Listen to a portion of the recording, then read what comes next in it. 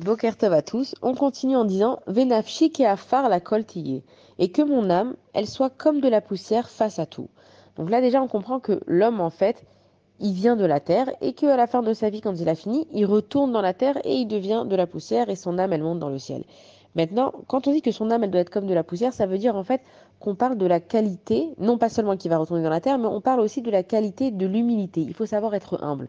Et pour apprendre la Torah, pour être quelqu'un du bien dans sa vie, il faut être humble, ça veut dire que l'un, il va pas sans l'autre.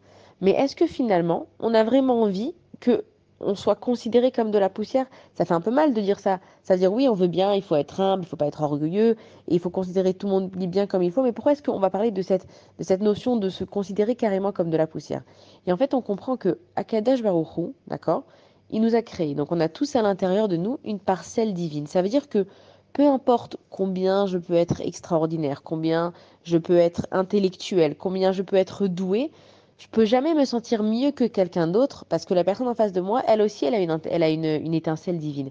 Donc comment est-ce que moi, je pourrais me sentir supérieur à quelqu'un d'autre? Si on a tous une partie d'Akadosh Baruch Hu en nous, c'est qu'on est tous quelque part un petit peu des dieux, évidemment à prendre avec les bonnes proportions, mais en fait, on nous explique que on est dans un monde et on a tous des choses à faire. Chacun, il a une mission qui est bien précise. Il y en a qui aiment faire certaines mitzvot, il y en a qui aiment faire certaines prières, il y en a qui vont s'habiller de cette façon. Alors, ça ne veut pas dire que on doit rester comme on est, parce qu'on ne connaît pas exactement notre mission. C'est pour ça qu'on a différents commandements, différentes mitzvot.